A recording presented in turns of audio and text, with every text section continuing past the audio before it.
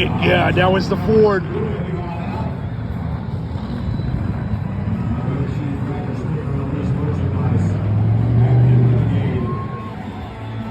Monster Truck Tour merchandise stand. And hey, make sure you're following us as well on all the social media and at RenegadeMCTour.com. Find out about more events coming up in this part of the country and all over on the 2022 Renegade Monster Truck Tour. So CJ Retour, Steer Unleashed. I was right, already getting towed. Already getting towed. Giving you a thrill right off the bat. Unfortunately for him, that won't help his scores because he only got one trick in and required to get two in the best trick competition.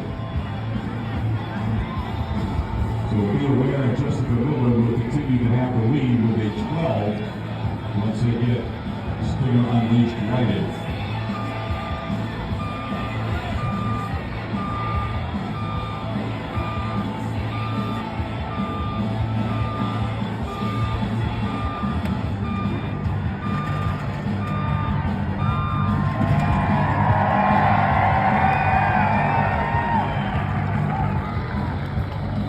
Old as hell, dog. Old as hell.